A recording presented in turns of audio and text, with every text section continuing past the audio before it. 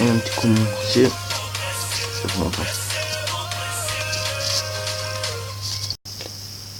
Bonjour et bienvenue dans la chaîne Mathématiques Sciences. Aujourd'hui je vais vous présenter et expliquer une vidéo qui est une vidéo, comme vous avez pu le voir dans l'introduction, sur comment calculer une moyenne, cette fois-ci avec le tableur, pardon. D'ailleurs j'ai fait une introduction. Alors si tu aimes bien, tu peux liker la vidéo, ou me le dire carrément en commentaire, ça fait toujours du bien de recevoir des commentaires. Bon, si tu as envie que je change un peu l'introduction ou que je améliore, tu peux également me le dire, ça fait toujours du bien et au contraire ça améliore un peu la chaîne. Bon, alors voici plein de notes qu'a eu quelqu'un qui est très fort en mathématiques. Cette personne aime beaucoup les mathématiques, hein, donc c'est la même personne que quand on a construit le graphique d'essai moyenne dans les sciences. Ok, donc on avait construit, j'espère que vous vous rappelez, un graphique, donc des graphiques cartésiens et des graphiques en bâton pour tout simplement illustrer les notes de cette personne qui aime beaucoup les sciences et les mathématiques. Et donc cette personne m'a dit de tout simplement de mettre dans le tableur toutes ces notes qu'il avait eues en mathématiques. Bon, alors donc sur les valeurs numéro 1, il a eu 20, sur les valeurs numéro 2, il a eu 20, sur les valeurs numéro 3, il a eu 20, à l'éval bilan, ça descend légèrement, il a eu 15,5, à l'éval numéro 4, 20, à l'éval numéro 5, 20, à l'éval numéro 6, 20, à l'éval leçon, donc à la leçon, il a eu 19,5, et donc nous on voudrait calculer sa moyenne de deux manières différentes, complètement différentes l'une de l'autre, pardon. Donc oui, là on va avoir deux manières de calculer sa moyenne, tout d'abord en décomposant par trimestre, et après tout d'abord aussi en faisant la somme de toutes les valeurs et en divisant par le nombre de valeurs. Donc on va commencer en faisant la somme de toutes les valeurs et en divisant par le nombre de valeurs, et ensuite on va découper ces notes en trimestres. Ok, et donc du coup on calculera sa moyenne en fonction des trimestres, et après éventuellement tu pourras après faire le calcul de la moyenne qu'il a eu en mathématiques. Bon, alors justement faisons la moyenne. Donc on va rentrer dans la colonne B9 pour faire la moyenne. Donc nous voici dans la colonne B9. Alors une fois qu'on clique sur B9 normalement et que tu mets le clavier, ok, le clavier en route, donc là c'est la version tablette encore une fois, normalement tu obtiens ceci. Donc normalement également, si tu vas dans FX, normalement tu peux également tout simplement avoir la moyenne. Voilà, donc tu tapes, donc là il y a le petit égal qui s'affiche, et donc tu appuies sur moyenne, et là normalement tu peux faire la moyenne des valeurs. Ok, donc je répète, pour la moyenne, tout d'abord on va appuyer sur FX, ok, et donc après tu appuieras sur moyenne, et entre l'étape où tu appuies sur FX et que tu vas mettre moyenne, il y a déjà le petit signe égal qui s'affiche. Là tu peux constater il y a différents types de cases, donc la case nombre 1, nombre 2, nombre 3, nombre 4, etc. Ok, donc 3 types en suspension. Justement ces cases là on va les remplir avec des chiffres, soit avec des chiffres, ou soit en écrivant une formule. Bon, nous, pour nous faciliter la vie, on va juste écrire les formules, comme ça, au moins, on ne s'amuse pas à copier les nombres à chaque fois. Donc, alors, du coup, on commence par B1, ensuite B2, qu'on rentre dans nombre 2, B3, qu'on rentre dans les 3 petits points de suspension, B4, B5, B6, B7, et enfin pour terminer B8.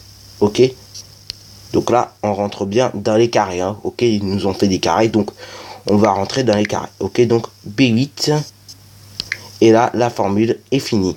Ok, donc là je vais enlever le clavier tout simplement, je vais appuyer sur valider, donc le bouton vert avec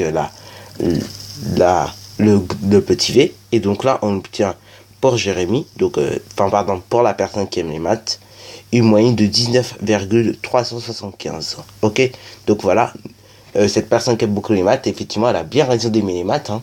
Enfin, elle a bien raison. Enfin, apparemment, elle aime vraiment les maths. Hein. Vu sa moyenne, hein, 19,375, effectivement, c'est une très bonne moyenne. Mais bon, c'est pas la moyenne qui fait justement si on aime une matière. Hein. Ok, c'est pas la moyenne. Hein. Tu peux avoir 8 de moyenne en SVT, mais tu peux beaucoup l'aimer. Tu peux beaucoup aimer la SVT. Mais avoir 8 de moyenne, hein, ça change rien du tout. Hein. Faut juste, voilà, se perfectionner un tout petit peu. Bon, alors maintenant, nous allons découper, donc en revenant sur nos évaluations, nous allons découper en 2 trimestres, et ben tout simplement les notes. Les notes, pardon.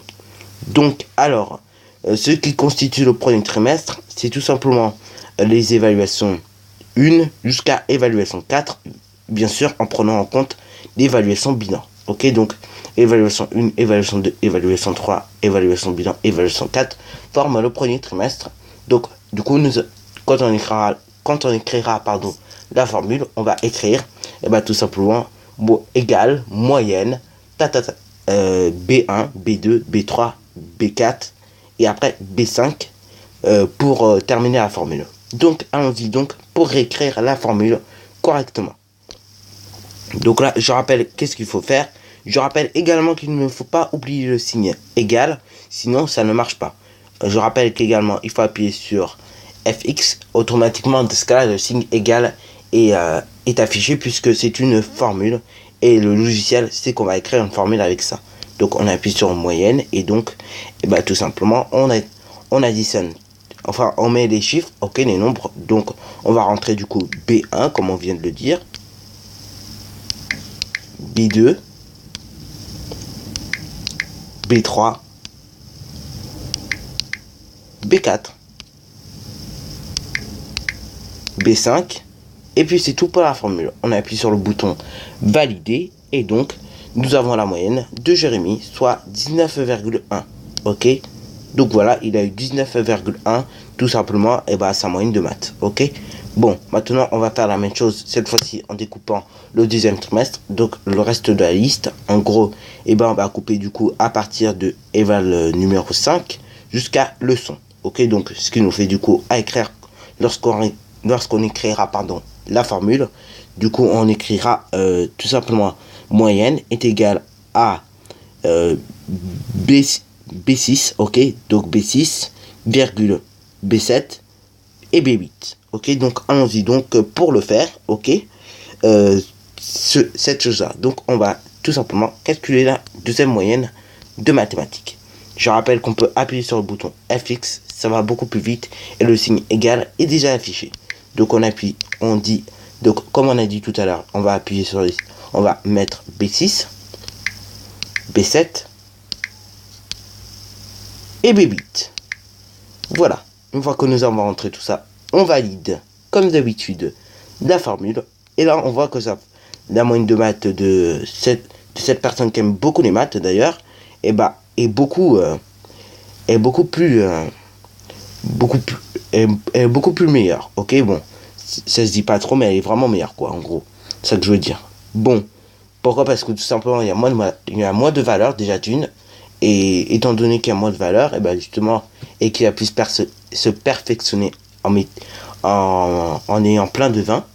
Hein, la preuve en est, depuis l'éval 5 jusqu'à l'éval numéro 6, il a eu des 20. Après, ça a baissé légèrement. Et après, ça a baissé légèrement à 19,5. Ce qui lui fait du coup une moyenne assez conséquent. Bon, alors d'ailleurs, vu qu'on est sur le thème des moyennes, on peut s'amuser comme ça aussi à calculer la moyenne des deux moyennes. Ok, on peut faire la moyenne des deux moyennes, c'est-à-dire la moyenne du trimestre 1, donc la moyenne du coup de B10 par B11, et donc on divise tout par 2. Ok, on peut s'amuser à faire la moyenne. D'ailleurs, on va le faire tout de suite pour te montrer la différence du coup entre les deux. Donc, pour calculer la moyenne de mathématiques, donc encore je vais nommer ça moyenne de mathématiques, c'est-à-dire la moyenne de la cellule, de la colonne B10 et de la colonne B11, on va tout simplement aller dans la colonne B12. On va du coup appuyer sur le bouton, ok. Ensuite, on appuie sur FX. On appuie sur moyenne. Et donc là, on va appuyer tout simplement B10. On va taper, pardon, B10. B11. Et c'est déjà la fin de notre formule. On valide.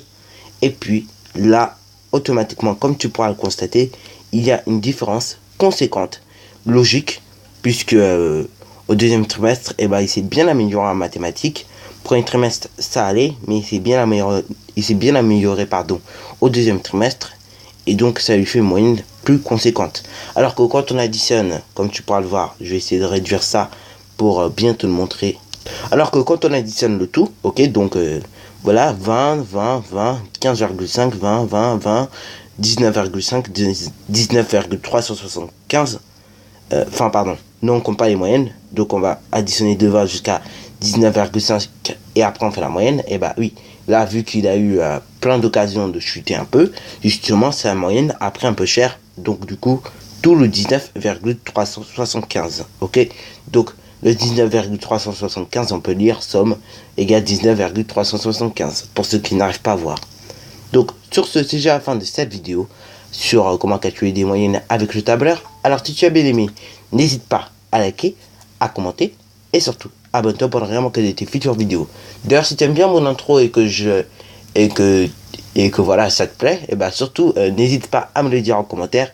Et puis après, j'essaierai de le faire pour les vidéos exercices, pardon, et peut-être pour les vidéos leçons. Sur ce, c'est déjà la fin de cette vidéo.